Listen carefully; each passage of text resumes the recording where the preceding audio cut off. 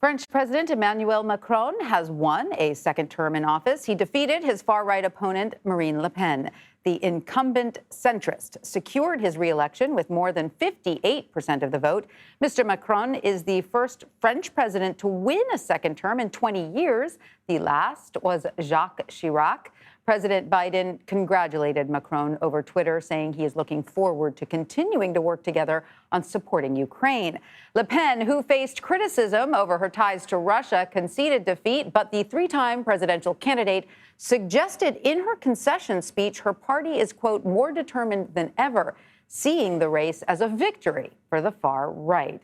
Joining us now to talk more about all of this is Washington Post Paris correspondent Rick Noack. Rick, welcome. So great to have you with us. So many of France's European and Western allies are happy to see another Macron term. There was concern that had Le Pen won, France might have taken a fundamentally different direction on a host of issues. So first off, were they right to be concerned? And how does Macron's win move the country forward?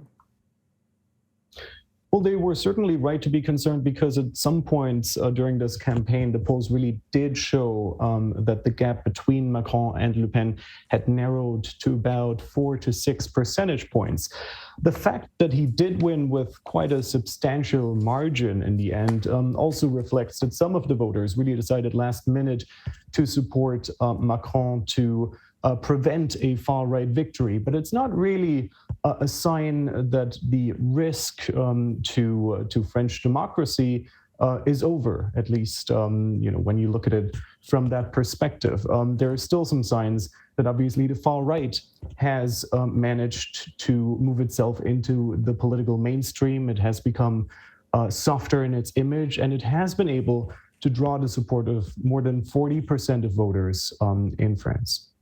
And so Macron did say his second term would not be a continuation of his first. He says he's committing to address all of France's current problems. What issues is the country facing? What are those bread and butter issues that the typical French voter is looking to see addressed? Well, the sentiment that really dominated this campaign has been the rising cost of living and the sentiment that economic growth in France has not really benefited ordinary people who were hoping that they would benefit a little more from it. So that really was the subject Marine Le Pen campaigned on. And that's certainly going to be the focus for Macron over the next 5 years. But there are many other subjects that will come up. He has been very involved in the response to the war in Ukraine, the European response to it, and he's expected to play a big role going forward, too. All right. Well, Washington Post Paris correspondent Rick Noack, thank you so much for your insight. We appreciate it. Thank you. The legality